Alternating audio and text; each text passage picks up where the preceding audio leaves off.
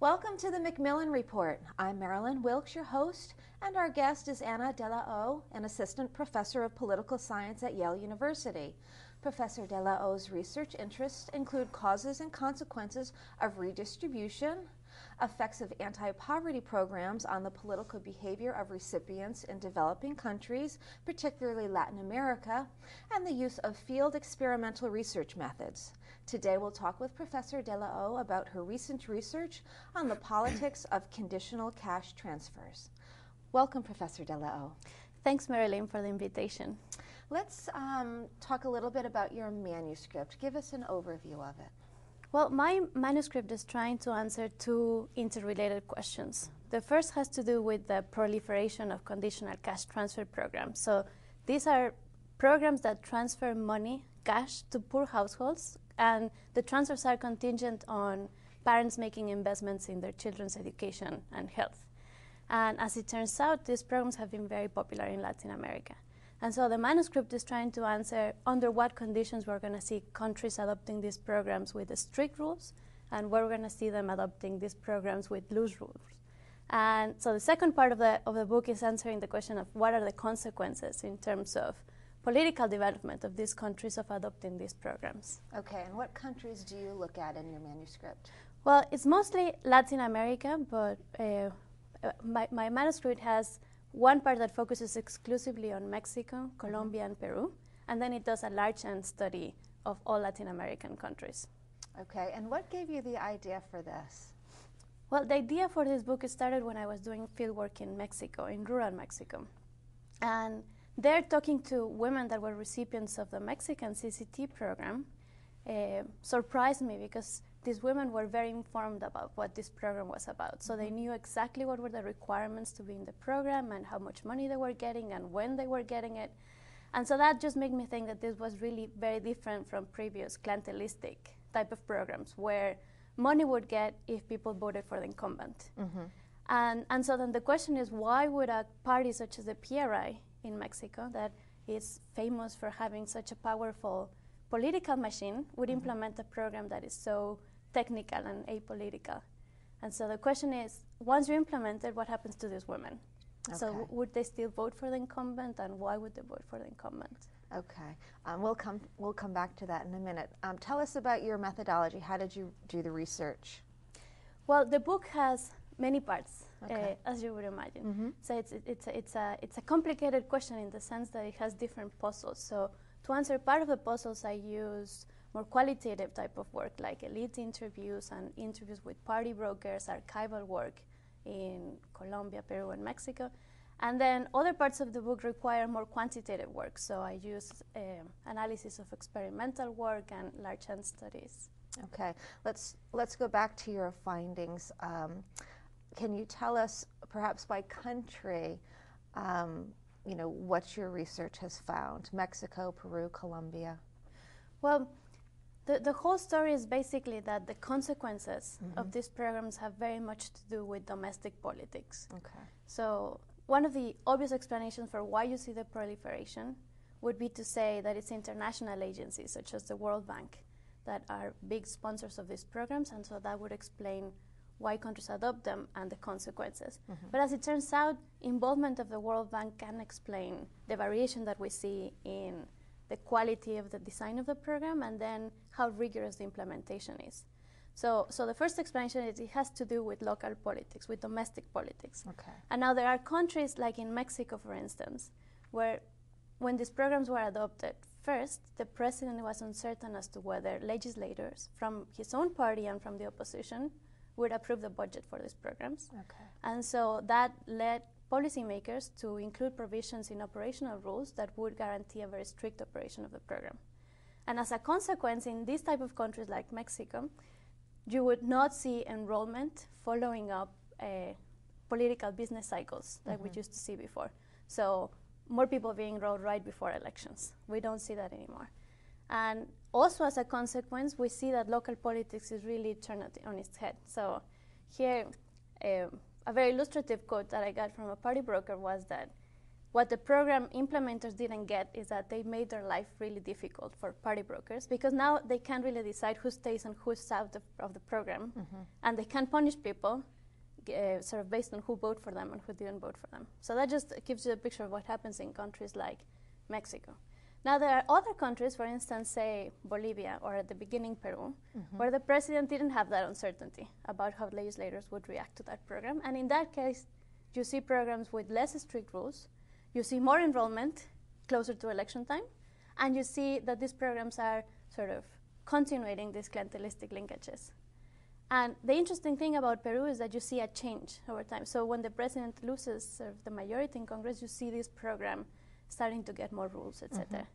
And the case of Colombia sort of follows up the Peruvian case, where at the beginning it was looser, and then as competition increases, uncertainty increases, and more rules are applied to this program.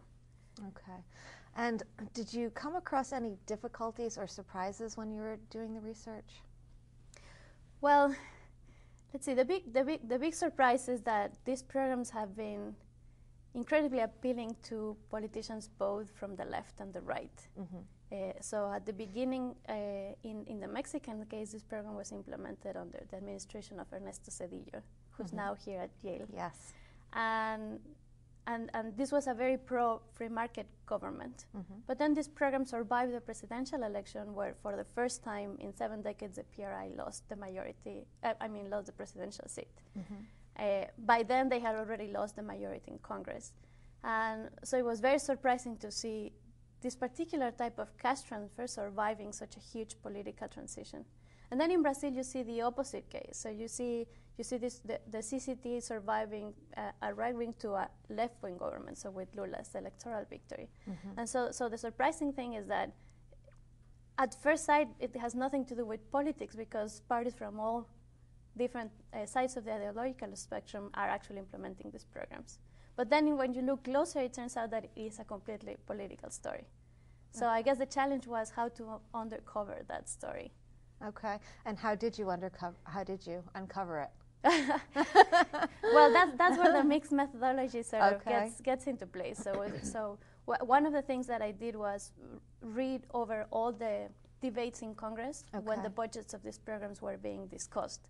And there what comes across very clearly is that there are some places where legislators are very worried about how these programs are going to be implemented. Are they going to be clientelistic? Are they going to buy votes for the incumbent? Opposition parties, of course, don't want that. But on the other hand, and particularly in the Mexican case, legislators from their own PRI didn't want this program because it basically circumvented the whole political machine of the PRI. And so you start to see that political story coming across very clearly. Now, in the Peruvian case, it's also an interesting example of how politics starts to sort of show itself in the congressional debates, to the point that legislators were discussing to change the name of the program, which originally, so the program was originally called something like Peru Juntas, which was pretty similar to the name of the coalition of the president. Okay. And so legislators didn't want to have, of course, a name that was so similar to the electoral coalition. And so I ended up calling the program Juntos. Okay. So you see that doing that archival work leads to thinking more about the domestic politics. And then, of course, the challenge is proving that argument. Sure. And so that is challenging. And so instead of directly proving what legislators were thinking, what the book does is proving some of the implications of the argument with the large N study and then the experimental work for different countries. Okay. And so what are the political consequences of conditional cash transfers? Well, the first thing to note is that there are sort of two sets of consequences. Okay. So in places where the programs are strictly implemented, what we see is that clientelism is weakened. We don't see those electoral sort of business cycles that I was mentioning before. On the other hand, you do see people voting for the incumbent. So it's sort of like a sort of virtuous circle where you have programs that target poverty in a successful way, according to what we know from development economists. And on the other hand, it helps sort of create this relationship between voters and politicians that is different from clientelism. But then on the other hand, you have where programs are not implemented in a strict way, you have these linkages of clientelism being solidified. Mm-hmm. Okay. And have you seen, have you looked at the actual programs themselves in terms of, are they benefiting, the people who are getting the money, basically? Is there a variation between countries in terms of the benefits of CCT? Do some countries implement it better than others? Yeah, we certainly see a lot of variation okay. in terms of the ultimate effects of this program on the well-being of the families that are being targeted. So it's a difficult question to answer just because poverty is multidimensional. Sure. And there is a short-term effect and a long-term effect that these programs are supposed to have. What we do know that it's that in the short term, for instance, in the Mexican case, in the short term, we do know that girls stay longer at school. Particularly, it helps them make the transition from primary to secondary school.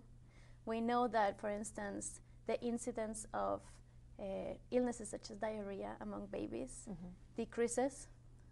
We know, for instance, that the parents have better health just because of the transfers that these programs are making, have some positive externalities. So we know those little facts about the short-term effects of these programs, and this is all based on a randomized study that the Mexican government implemented in the early stages of the implementation of this program. Now, we also have some evidence for other programs. Now, the problem is that for the programs that are not strictly implemented, we don't have good evaluations. Okay. So what we don't know is, for instance, what happens in countries like Bolivia, for instance, that has a very loose program. So we don't know what are the impacts of those transfers on well-being. We could speculate that maybe they're not as great as a program that is strictly implemented, but we don't have that evidence yet. Okay. And conclusions that you reach in your manuscript? Well, I guess the bottom line of the manuscript is that there is a way to alleviate poverty. There is a way to alleviate poverty, making these transfers compatible with democratic habits. So we in Latin America, sort of scholars of Latin America, tend to think of transfers as a very clientelistic mode of linkage between politicians and citizens. But what these transfers, the CCT transfers, are showing is that there is a way of making these transfers compatible with voters expressing their preferences, participating in elections, and breaking these linkages of clientelism. So I guess that's the bottom line would be that there are ways of making these two things compatible. Of course, there's always this other side that these transfers, of course, can be also manipulated. Sure. If you get into that second path that I described before. Okay, very good. Thank you so much for being here with us today and sharing some of your work. Thanks, Marilyn. For more information about Professor De La O and her work, please visit our website at yale.edu/Macmillan Report. Be sure to join us again for another episode of the Macmillan Report, made possible through funding from the Whitney and Betty Macmillan Center for International and Area Studies at Yale.